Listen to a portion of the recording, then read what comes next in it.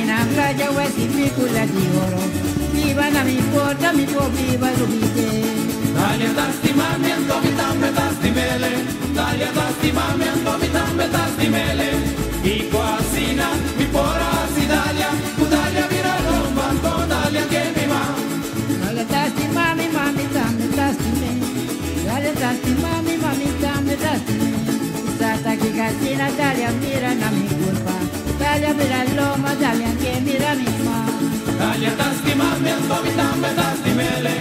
Dalia d'astimamento, vitambe d'astimele. I quasina, mi porasi Dalia. Dalia mira rombanto, Dalia che mi va. Io mi Dalia mi tapai. Televidente, bom menino nosso programa Herensia. Awe nosso programa lutana inglês, nosso papel com Bruce Bowker. Eta biba hopi ay acaba na Bonaire, conhecido em sector de buceo, samuamento.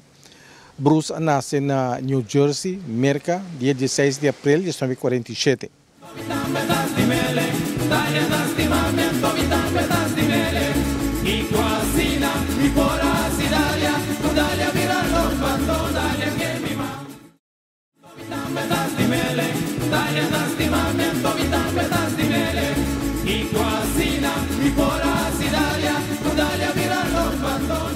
E nós estamos em entrevista aqui na estabelecimento Carib Inn, que está de Bruce.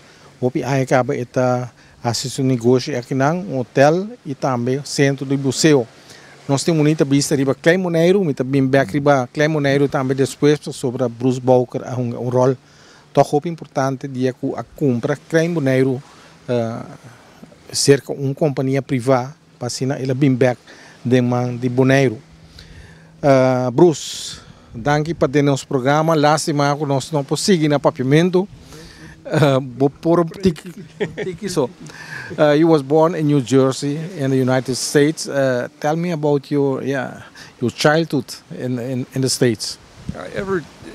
Ever since I was a young child, I always wanted to be a diver, scuba diving. I remember that there was a program on television called Sea Hunt. I never missed a single episode of that. Watched every single one. My family used to travel to Florida starting in the middle 1950s. And all the time I was down there, I wanted to go diving. So then it sort of faded away for a while. I went to college. I opened my own business for 4 years in the United States. What kind of business? It was a clothing store for young people at the time. Young, I mean, you know, this was in 1969 to 1973, so it was bell bottoms and crazy shirts and all that kind of stuff. I also, just before that, I worked in a music store. While I had my business, I was also in a rock and roll band for 7 years. And then in 1973, I decided I wanted to really pursue diving more. That's when I went to the YMCA in Princeton and became a YMCA instructor there. What is a YMCA? It's the Young Men's Christian Association. I didn't belong to that, but it's a large organization. I believe it's throughout the world, but they gave this instructor program for diving. So I went there, and Don Stewart, which I hope most everybody on Bonaire knows Captain Don, through some friends I met him, and he invited me to come down to Bonaire, which was great. That was exactly what I wanted. So in 1973, I came to Bonaire to work for Don, but I was only supposed to be here 3 weeks.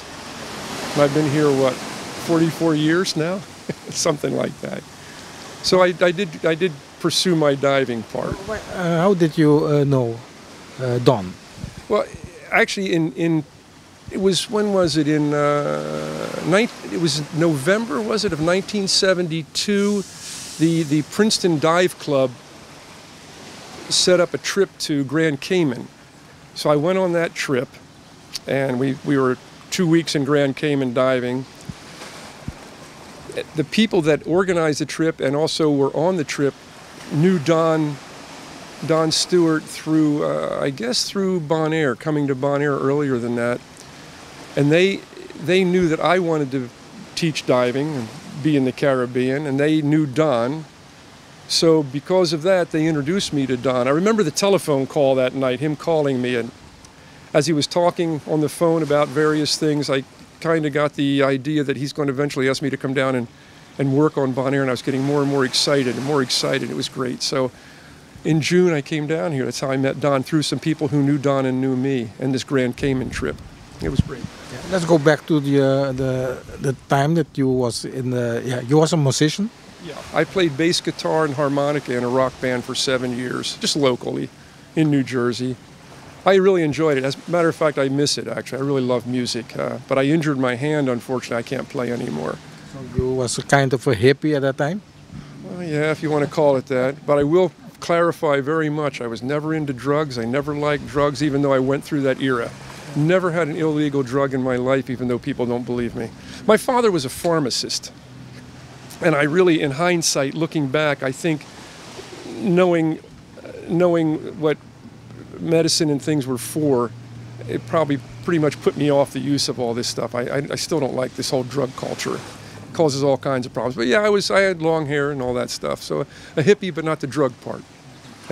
At the time, you have more sisters and brothers? I have a sister, an older sister. She's still in New Jersey, lives very close to where we were born and raised in a little town called Milford, New Jersey.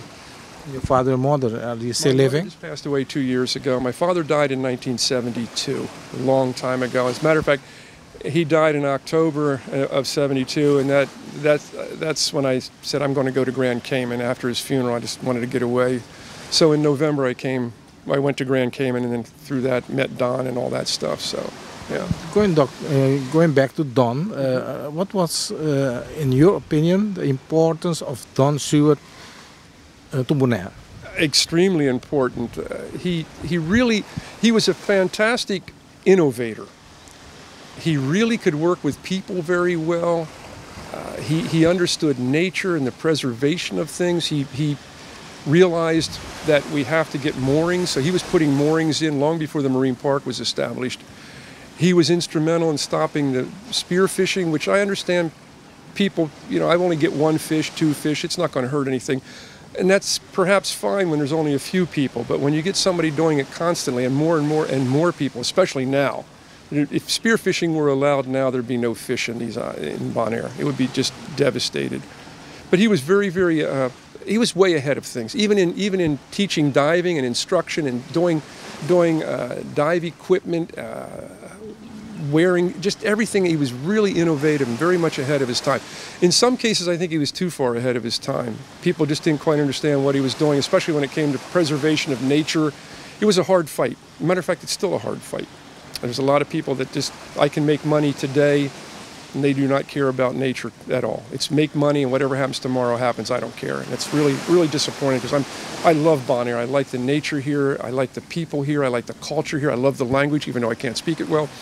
But back to Don again. He really, really could see, and especially things when setting up a hotel. He helped me do various things here, and he would come in and say something like, okay, put a little walkway over here and do that, and you look at it and go, yeah, that makes complete sense, and nothing I would have thought of and other people didn't think of. I think Habitat's when he designed Habitat was just fantastic. He just did a wonderful job up there where to put things. He was really, really good at that. He did a great job. Can you say that Bonaire was a pioneer in diving in the Caribbean? Was Don a pioneer? Or Bonaire. Bonaire pioneered a lot of things. It pioneered the preservation of reefs through the setup of the marine park. I think Don probably pioneered putting moorings down, which a lot of other people copied. Yeah, it was a pioneer in many, many areas, and especially an island that was dedicated to diving at the time. It was our license plates, Divers Paradise. So the island was very, very much involved in diving. That was the main tourist attraction.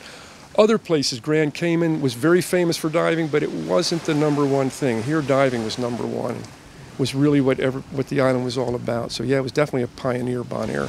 Why was you so fascinating about diving, Bruce, that you wanted to go in diving? I honestly don't know. I really don't know why. I love the water. I was always liked the water.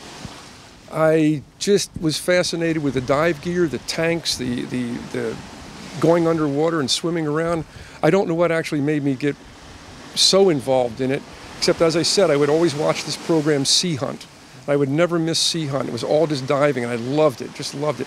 Why I don't know what I guess everybody's attracted. Some people are attracted to climbing mountains.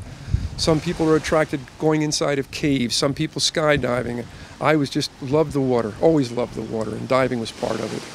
You grew up in a wealthy family, a happy family. Yeah, we were a good solid middle class. My father was a pharmacist, owned his own pharmacy, and yeah, we were not rich, but we were not in need of anything. It was a good family. Yeah, we got together. We got along quite well. Yeah. I do miss my father. I wish he had lived a little bit longer to see what I have established here on Bonaire with the business and everything. It turned out quite successful. My mother got to see it, but my father never did. I don't know if he was disappointed in me or not, but I really would. Didn't come to Bonaire. My mother and father never came. My father couldn't. He died in '72. My mother would never fly in an airplane, so she never came here. We showed her lots of pictures and things and some videos that my nieces took. My nieces have been down to Bonaire many, many times. So my mother did get to see what it was like, but never firsthand, which is disappointing. Did you feel that they were proud of you, what you have reached here in Bonaire? My mother was. My father would not have known. Yeah, but my mother was, yeah. She was very happy with what happened. No one was quite sure how it would turn out. Being in a rock band with long hair and all that stuff, so it turned out quite well. You was a smart boy in the school? Average. No, I didn't like school. I didn't like high school. I didn't like grammar school. I didn't like college. I really didn't like being in school. I wanted to be outdoors. I wanted to do things. I wanted to build things. I wanted to construct things. I wanted to do other things. The school interfered with what I wanted to do.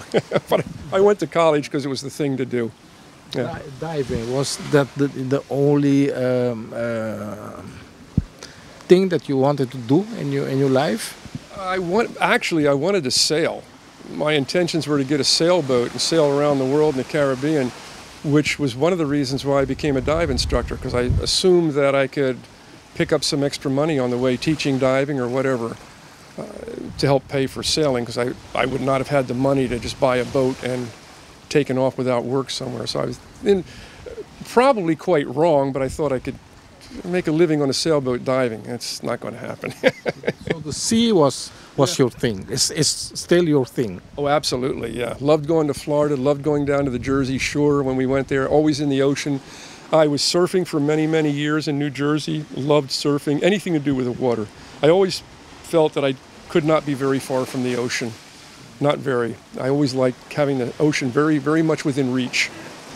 And you came to Bonaire by Don Stewart. Yes. Yeah, and you came to work with him?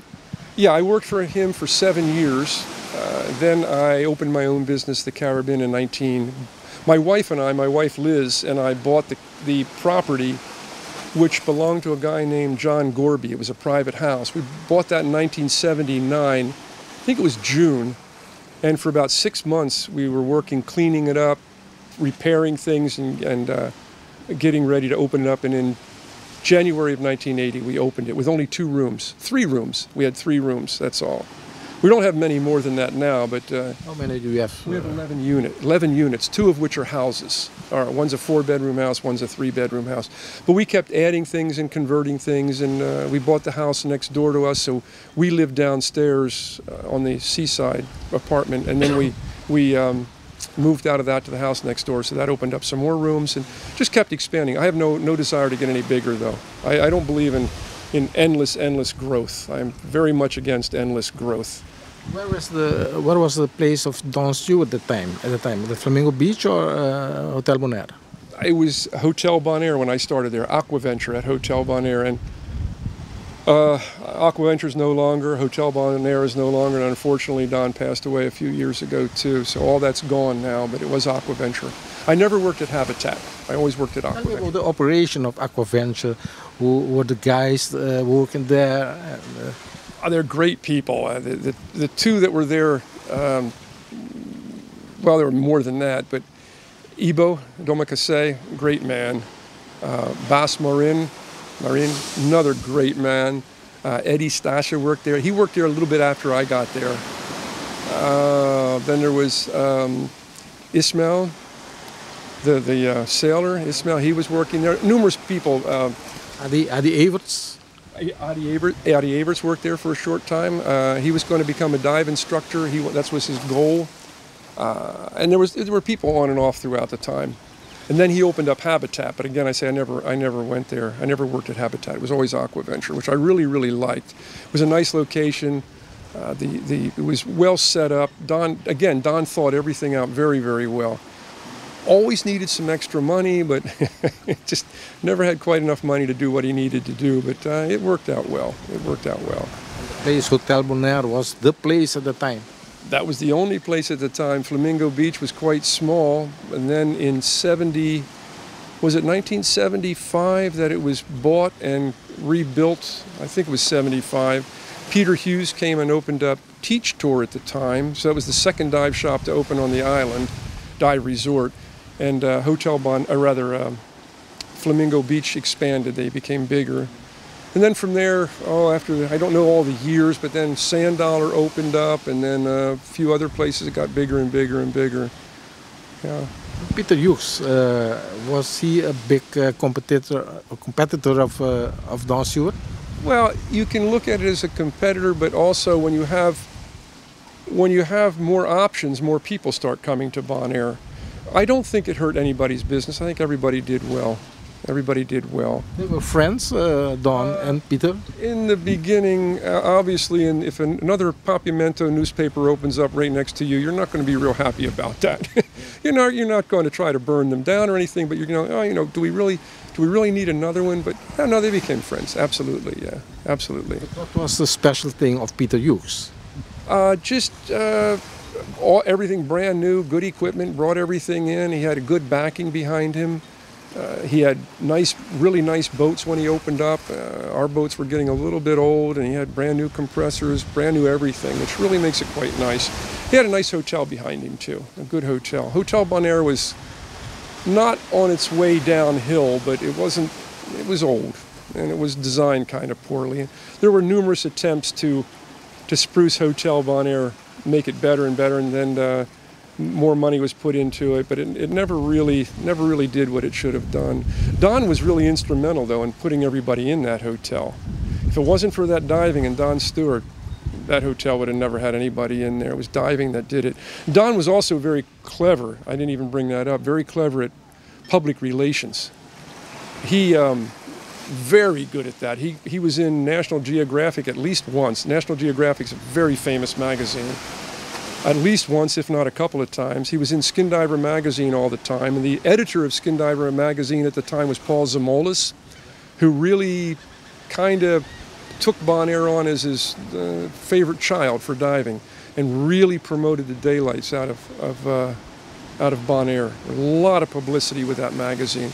And I pretty much say Don was responsible for that. It made a big difference in how many divers came to Bonaire, how many people knew about the island.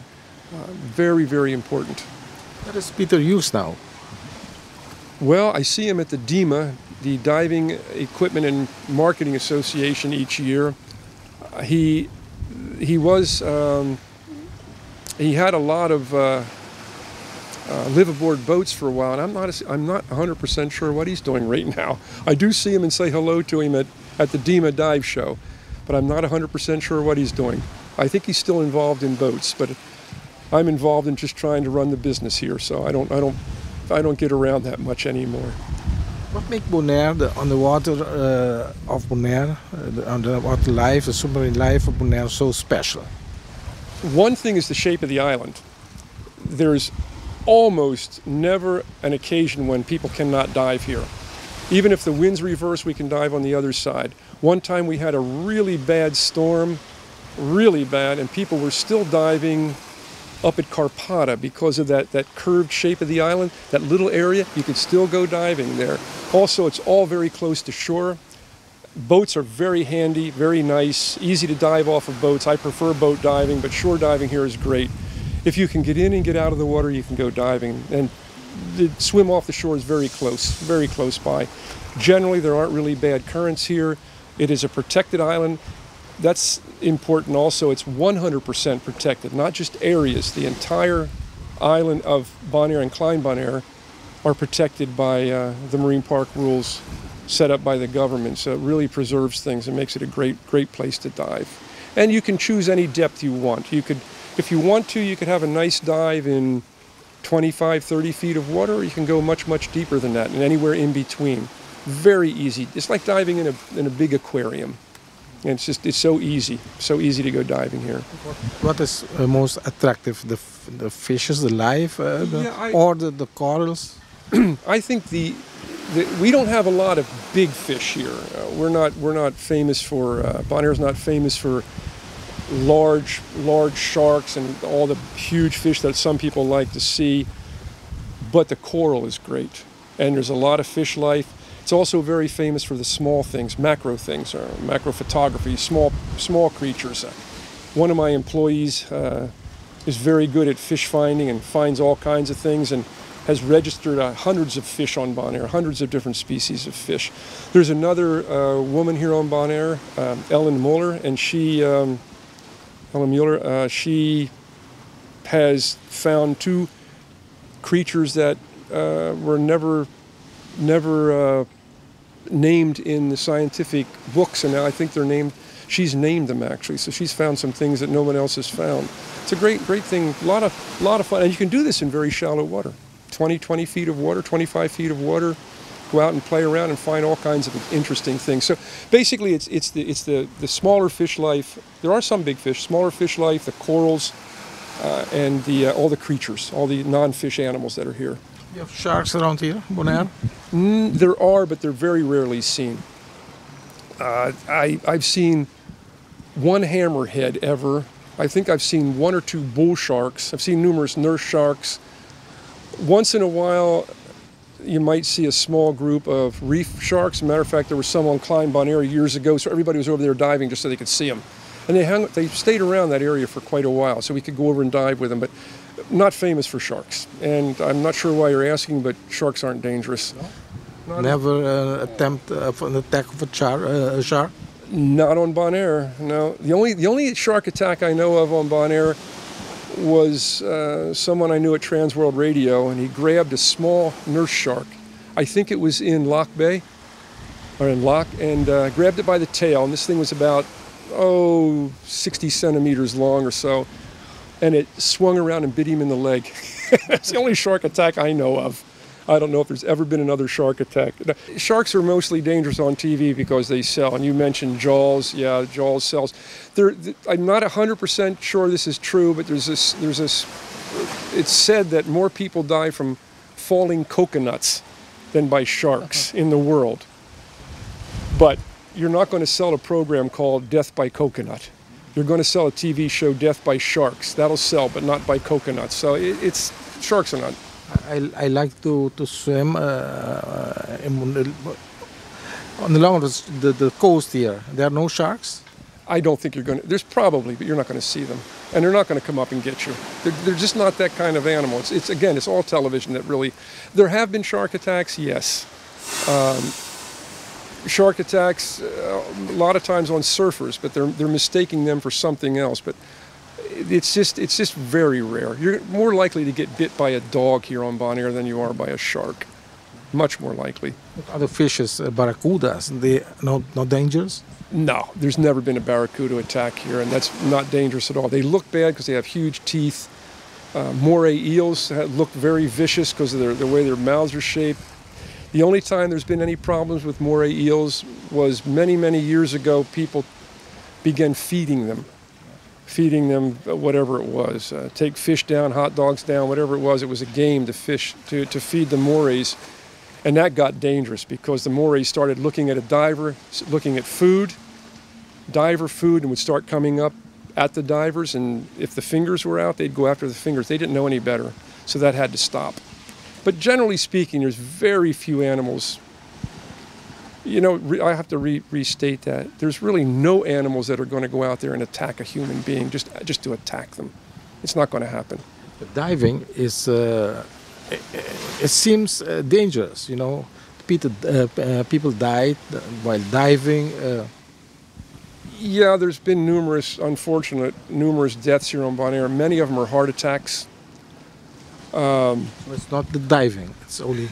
Yeah, it's not necessarily the diving. There have been other incidents where people get decompression sickness because they did something wrong. A lot of it's lack of education, lack of practice. Diving is something you want to keep doing. You don't want to dive 3 days this week and then not dive for another 5 years. You really want to keep up with it. It's something you really want to practice and stay current with everything. But a lot of the accidents here were very avoidable. There was a sad accident where a father and son were lost at Karpata a few years ago. They apparently just went down way too deep, and if I understand it correctly, the son had just been certified. I think that was right. Don't quote me on any of this, but somebody was not very experienced, and they did things wrong. That's one thing on Bonaire, and I've had that in guiding people. It's really easy to go too deep, too quick, and not know it. Very easy to go deep here because the island's shaped like a mountain. So you can just drift on down to 60, 70, 80, 100. I've gone down to 100 feet numerous times and showed somebody my depth gauge, and they looked at it and went, they didn't know they had no idea they were that deep. So it's education. But heart attacks are unavoidable. Well, not unavoidable, but you just don't know when that's going to happen. Nós temos o programa Herensia, nós estamos conversando com Bruce Bowker.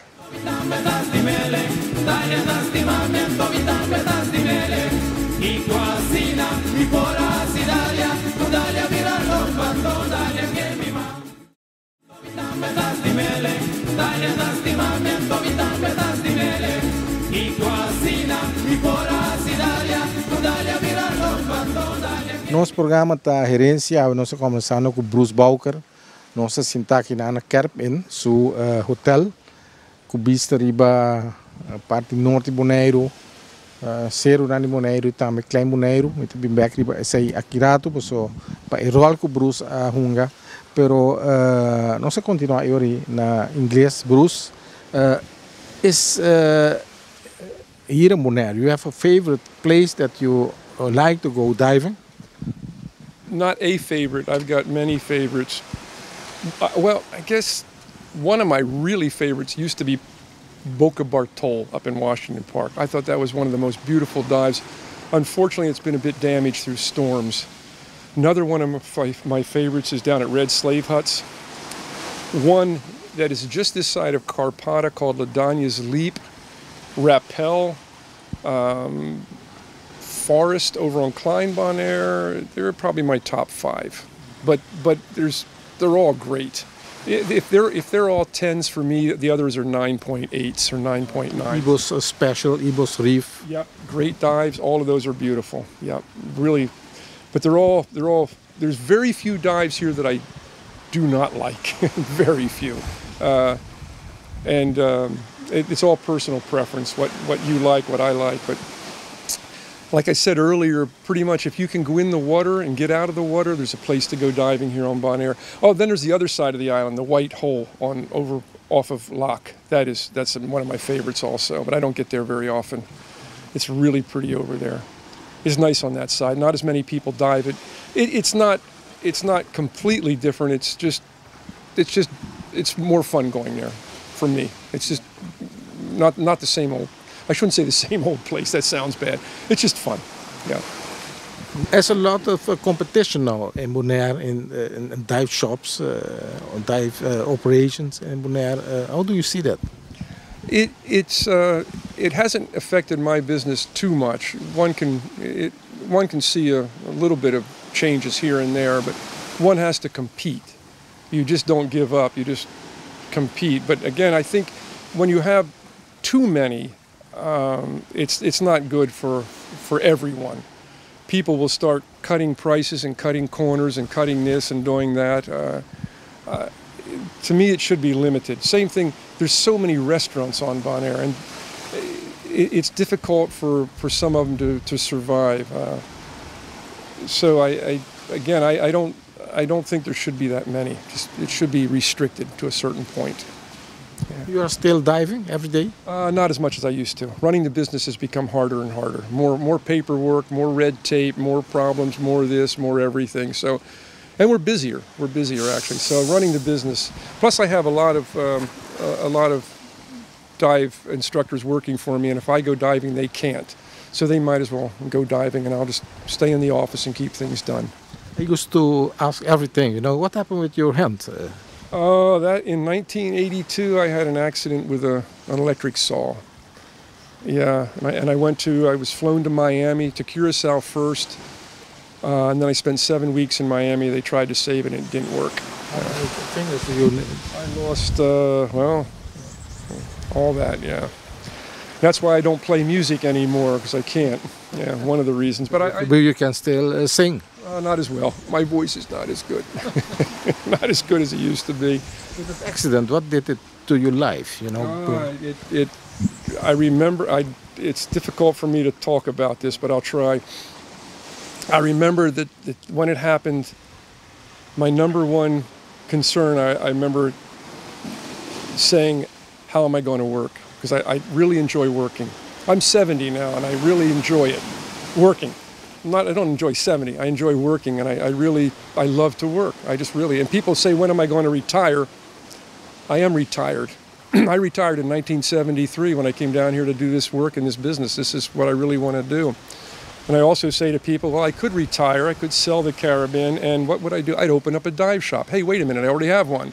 Why do I want to do that? Anyhow, it made work awkward, but I've been able to learn how to. I was right-handed, now I use my left hand more, but I can still do repairs on things. It's just a little more awkward, and it's something that's always on my mind, and it hurts. It's always hurting. It always feels like somebody's standing on it.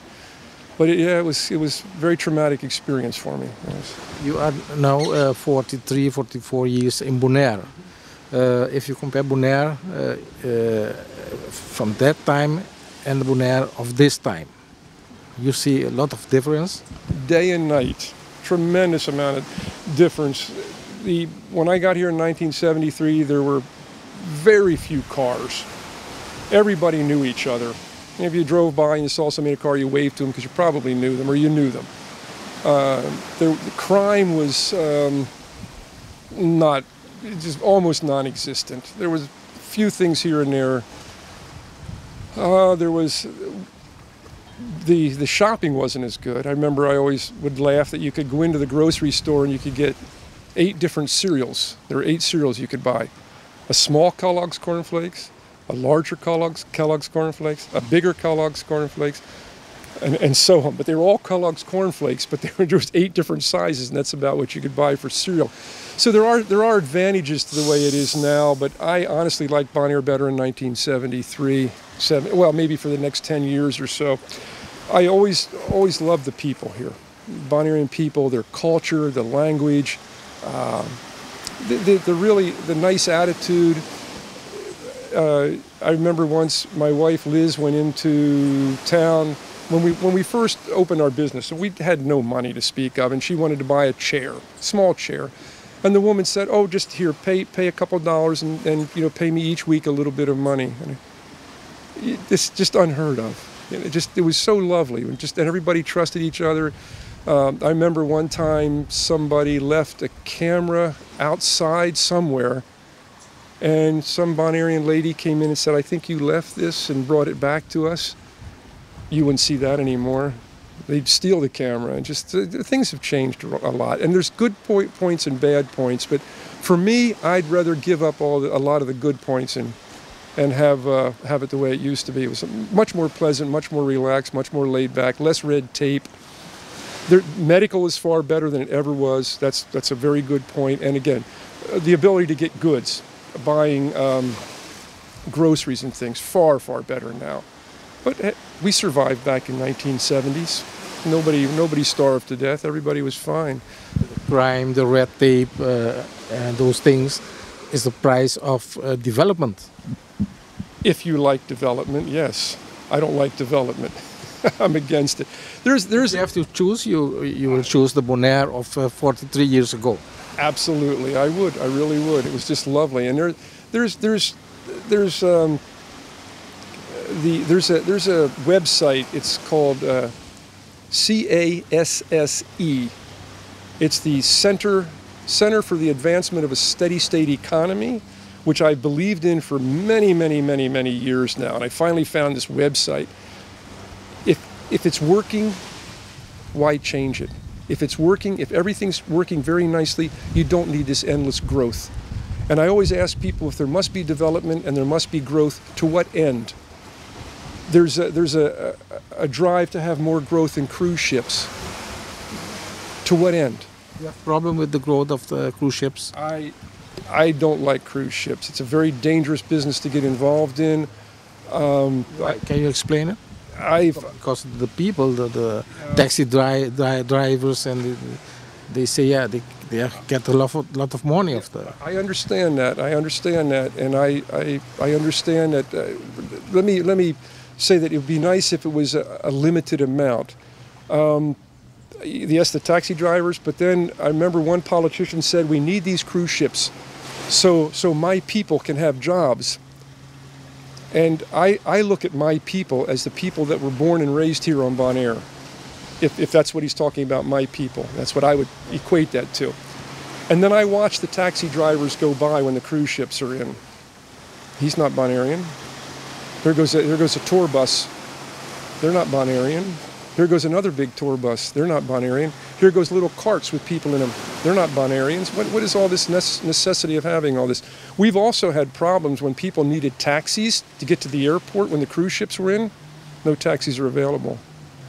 And I'm not belittling the taxi drivers, but here I've got somebody who just spent $3,000, $4,000, $5,000 on a vacation and can't get to the airport because somebody who's spending $35 is being given priority. You think we are about the limit now?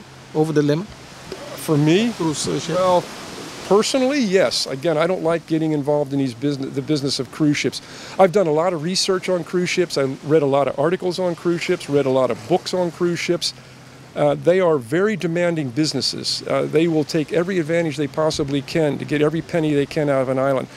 Not a lot of people know this, but cruise ships will send out one of their crew to follow the passengers around to see where the money's being spent, to see if they can't get that business on the cruise ship and take it away from that island. They will do that. That's factual. It's not made up. Also, the other thing that upsets me with the cruise ships is reading in the newspapers about the estimated amount of money that they bring in and how many people they employ. On one occasion, I wrote back to the newspaper and I said, can you prove this? They were claiming that, I don't know, $1 million came in that week from cruise ships. And all you have to do is the math. Start dividing the number of people by the amount of dollars, and it just doesn't add up. No one ever came into my business and said, this week for the cruise ships, how much money did you do? And I don't know anybody else that was asked that. So where are they getting these figures to convince people that these cruise ships are bringing in that kind of money? I question it. I could be wrong, but I question it. Also, the cruise ships can also just simply, many cruise ships put demands on an island to build infrastructure. We want better piers, we want more this, we want more that, we want more taxis, we want more this. And then the cruise ship will simply say, we're not coming back next year. Well, wait a minute, we have a contract with you. You can't do that. We're not coming back next year. Well, we'll sue you. Try it. Cruise ships have, what? Dozens of lawyers working for them. And Bonaire's going to fight that? I cannot do that. I cannot simply untie the ropes from my hotel and say, goodbye, Bonaire, I'm going to open up somewhere else. But cruise ships can and do it. They will simply not come back. And then the islands have spent all this money on the cruise ships. There's also another research that was done, and it takes many, many, many years. I think in this particular case, it was 20 years after the fact of keeping statistics. This island discovered, not this island, there are numerous islands, discovered that their restaurant revenues and their overnight revenues were dropping, and they could correlate that on a scale. As the cruise ship passengers went up and up and up, the revenues from the hotels and restaurants went down and down and down, the overnight guests.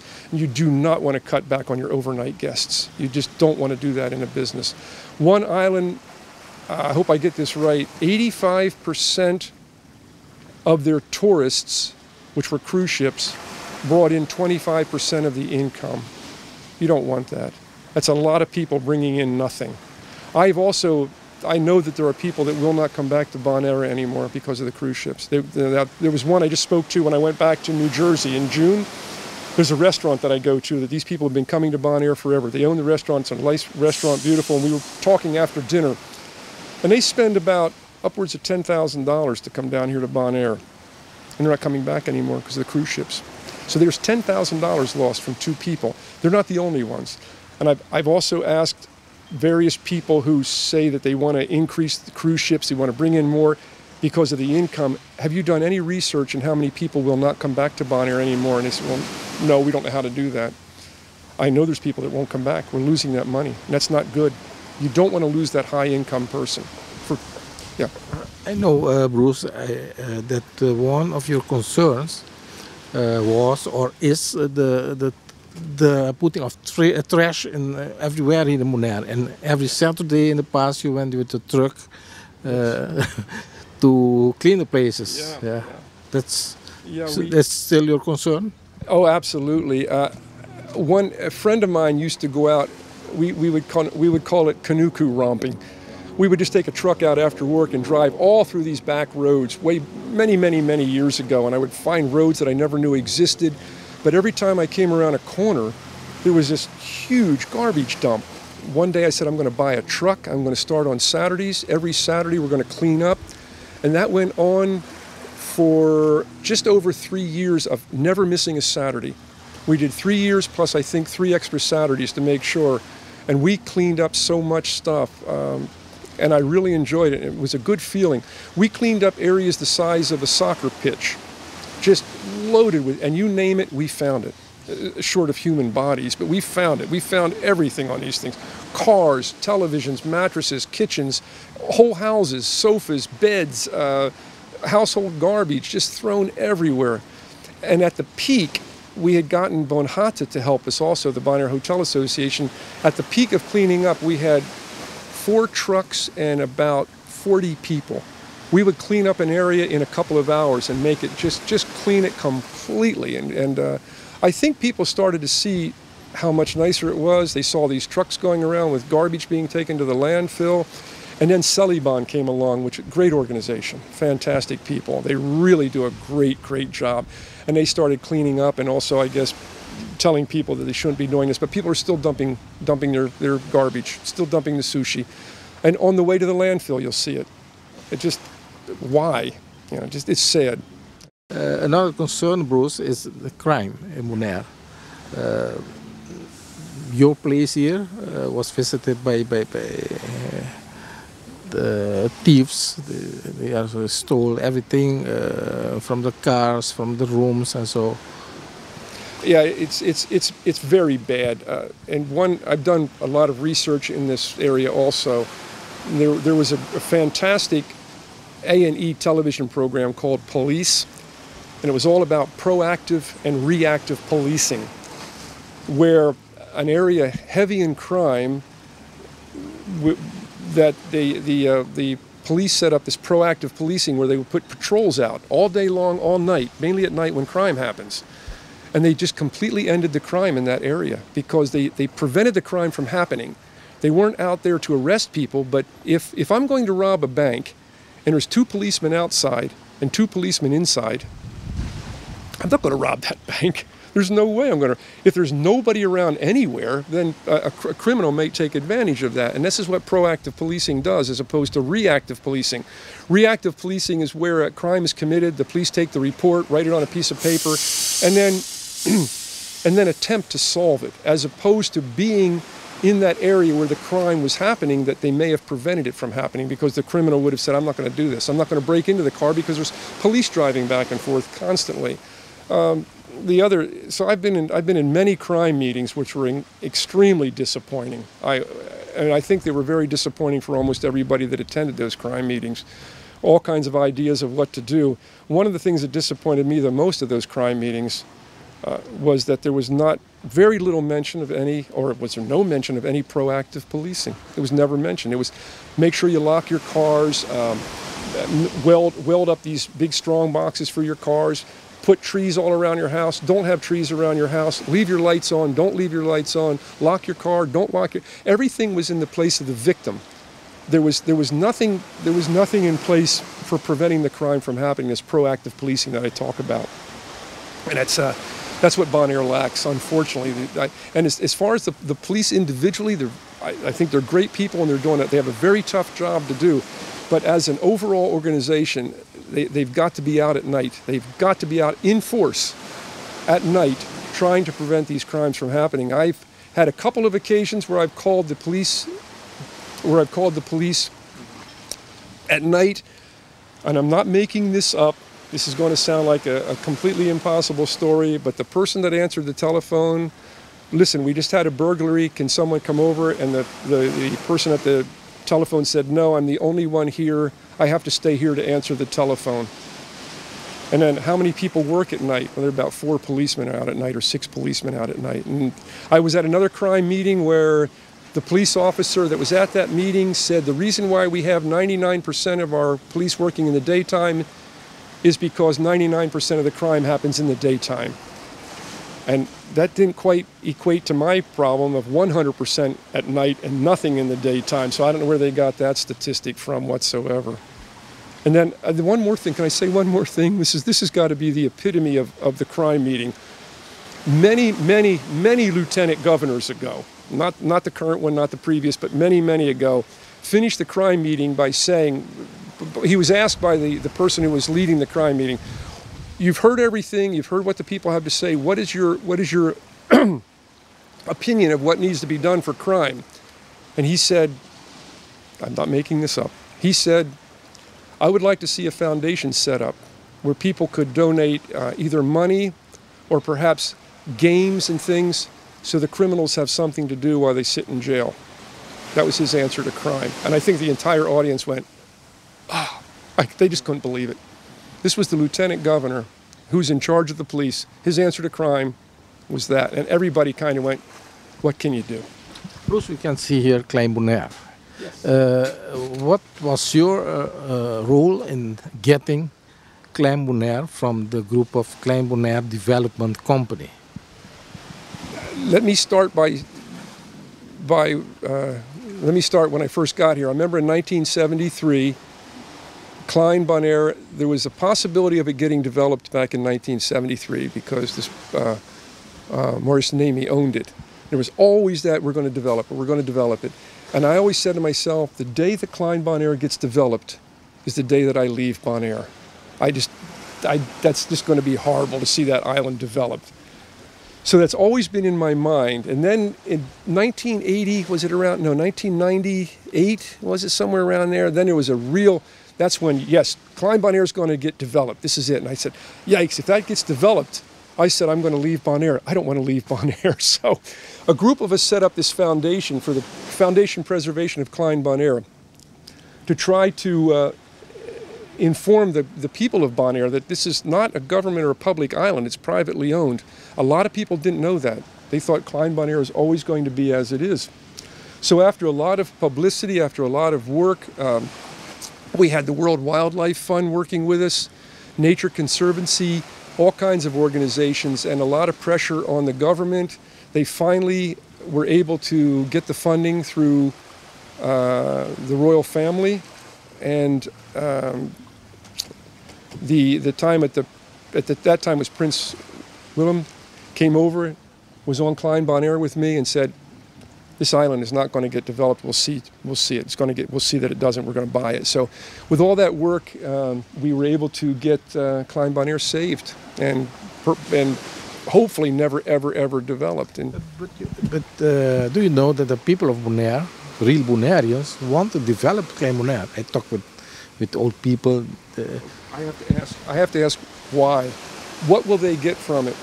They're not going to get anything from it. They won't get any money from it. They probably won't be allowed on it. If I'm going to build a house over there, a $2 million house on the beach, you're not going to come onto my beach. It's my beach. Nobody's going to know. The developing of the island. There's back to this thing about this endless development. There's another politician who said that we need 35,000 people on Bonaire because when we have 35,000 people, the revenues, the income from taxes will pay for everything we need.